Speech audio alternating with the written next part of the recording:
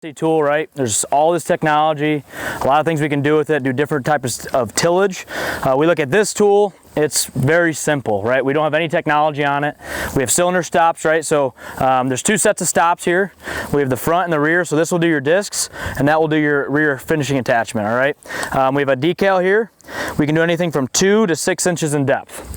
All right, we always recommend setting these stops the same as the rear, because that keeps the tool level going through the field. All right, so when we look at the 2680H, it's a high performance compact disc, right? We're looking at speed. Speed is the biggest factor in why this tool does a good job. When we say speed, we're saying 10 to 14 miles an hour. All right, so that is hauling. 10 to 14 miles an hour, what do you think that means for our tractor? Horsepower, right? So we have, what do we have here, 95, 20 or 70? 95, 70 on a 25 footer. Looks kind of a little different, right? I would say we could probably get away with the 30 foot with this tractor, but the idea is the same, right? So we're looking at 15 to 20 horse a foot. All right, so when we're looking at that 6 inches, that 5 inches deep in the fall, want to go 10 miles an hour, right? The biggest tool we would ever sell on a 9620 would be a 35 footer. That's all I recommend. We have a 40 and a 45, but those are made for up in Canada, out west, with really light soils, light residue. They're only doing 2, maybe 3 inches deep at the most. So this tool needs speed. It needs speed, and that takes power. When we look at the factors that affect field performance, they're all very, very simple, right? We have depth, we have speed, and we have the angle at which we go through our residue. All right, so if we sell you guys a tool and the tractor's too small, you're gonna call and say, I don't like what's going on behind me. I'm going 4 inches deep. I'm only going 8 miles an hour. I'm gonna say, well, shallow it up. You shallow it up, you get your 10 miles an hour, and then you're like, well, I'm not managing my residue because we're not going deep enough, right? So I always say sell the tool a little smaller than you would think to maintain that speed. When we look at sizing the tool, so if I sell a 30-foot tool, right, I go 11.5 mile an hour with the 30 foot. If I sell a 35 foot tool and he's doing 10 mile an hour, they're doing the same amount of work. So 1.5 miles is 5 feet. I'd rather you go 12 mile an hour or 11.5 mile an hour than 10 mile an hour, right, with a narrower tool than have the opposite. Because what happens is in the spring, you like what it's doing. In the fall, you have to go deeper to manage your residue, and all of a sudden now you can't pull that speed, and you notice some field performance issues because of it. All right, as far as options, so we have 2 sets of blades here, right? We have our notched in the front, we have our smooth in the rear.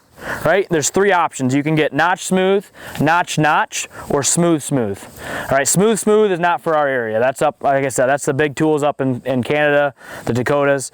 Notch smooth is the most common. That's about the 60-65% take rate, and then notch is the second. I always recommend the notch smooth, just like this tool. A couple of reasons. I think the smooth in the rear makes a nicer seed bed. So if you're going to use this tool for fall management, and then in the spring it's your spring rescue tool, it'll make a nicer seed bed with the smooth.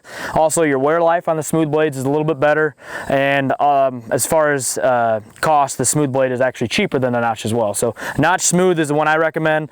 Some guys like the notch a little bit more cutting, a little sizing more, but for the most part, I think in even heavy residue, the notch smooth is what we're wanting for disc blades. Before I go to the finishing attachment there, we have this, what we call a soil shield or soil deflector. So right now we have this thing down, and that's normally in the spring. Even in some fall conditions, we're going to have it down. We can adjust this up and down. We can move it side to rear. And high residue, sometimes we'll just take that and we'll flip it right up. All right, so if you're in really heavy stock and you're going 4 or 5 inches deep, the stock will want to build up here by the deflector, but the deflector in the spring does a nice job of keeping that nice level profile for planting. All right. Rear attachment, we have the 25.5 inch cage roller. All right, so it's a pretty big basket, right? What this whole system's doing with the finishing attachment, right? We take that soil, 17-degree angle, we throw it into a 14-degree angle disc, and we throw it into the basket. And really from this area here to right here is what I call like an organized chaos, right? We're hitting it very fast. We're doing high-speed fracturing. We're not scooping the soil. We're not causing a compaction layer like older discs. We're high-speed fracturing. We're moving the soil quickly, throwing it in that cage roller and mixing it back up and making a nice level seed bed. All right, the finishing attachments you can get is the cage roller. That's the most popular. That's your spring, fall, heavy residue. It does a really good job. It makes a nice fluffy seed bed. The next popular is the rubber roller. Is anybody familiar with the rubber roller? Seen it at all? Degelman, anybody familiar with the Degelman? Ever heard of that tool? So the Degelman high-speed, high-performance disc will pretty much always have the rubber roller design. All All right, the rubber roller, I think it excels in if you really want a nice firm seed bed. If you're looking for that firm seed bed, that rubber roller does a good job of packing. It makes a nice firm seed bed, and if you have rocks, sometimes people say, "Oh, roll the rocks in," actually.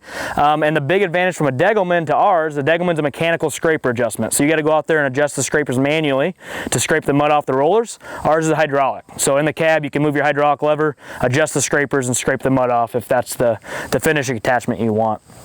All right, the last one we have is our spring roller. Is anybody familiar with the joker, the horse joker?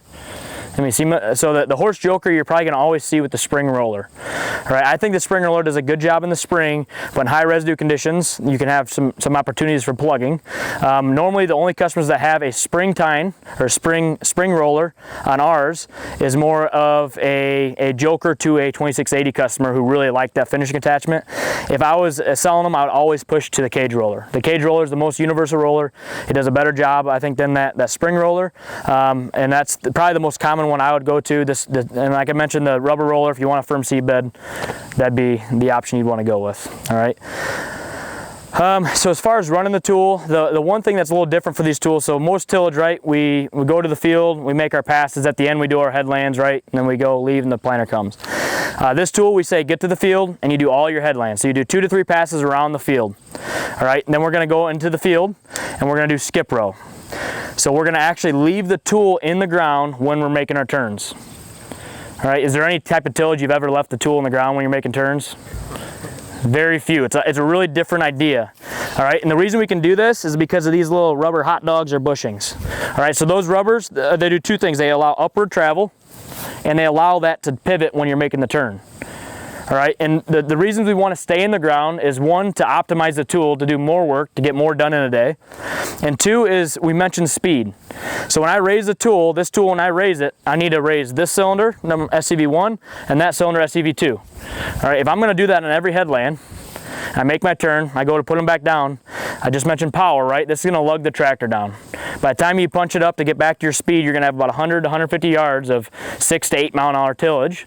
And this thing does not do the best job. It's meant for high speeds. So if I have it in the ground, I can go down to, say, 8 mile-an-hour, leave in the ground, make my turn. I'm about to go back in the field. I can punch it to 10, get my speed back, and have virtually no area where I'm having that reduced speed. All right, the high speed is not always right for every field. So if you have fields that are very small and you're not able to get the speed, say they're rough, this may not be the right tool for you. All right, we have other disc options. If you're looking at lower speeds, I really recommend at least 8.5, preferably 10 miles an hour to run this tool in the field.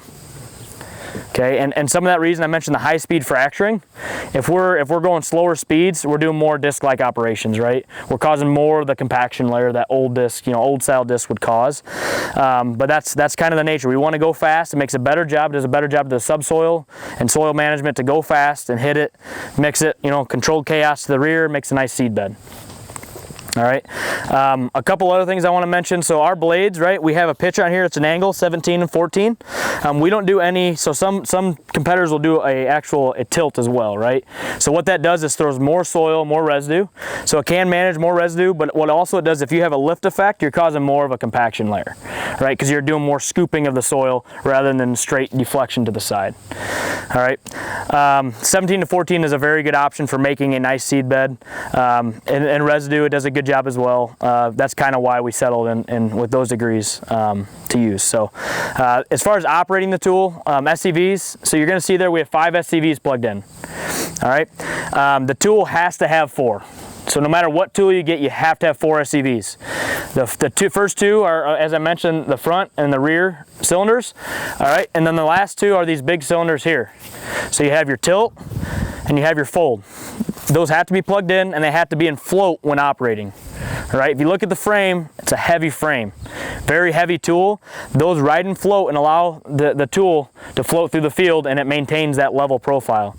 All right, if you don't run those in float or forget that, you can have issues with where they're egging out, frame cracks. And as you guys know, when you turn the tractor off and the SCVs are in float, do they stay in float? They don't, right? So every key cycle, you need to make sure to flick them out and put them back into float if you do decide to go with one of these tools. All right, as far as raising on the end, I mentioned we raise with 1 and 2. So that's 1 and 2, that's here and that's there. Well, I've had customers that want to raise with those big cylinders, right? If you raise those big cylinders, you may be able to raise it quicker, but what you're doing is, look how heavy that frame is. We're supporting all the weight with those cylinders going 6-7 mile an hour through a headland. So do not raise with the tilt cylinders. The tilt and the folds will always be in float in the whole field. If you're ever going to raise, you're going to raise with 1 and 2. All right. The hydraulic jack, that's the 5th option on this tool here. So that's on every tool, all right? If you have 4 SCVs, that's the one you'll tie back and only use when you're gonna go store it. There is a 6th SCV if you have that rubber roller. I mentioned the hydraulic scraper. That would be there as well. So you'd unplug, you could have 5 SCVs for that with the 4 operating and the 5 with the scraper.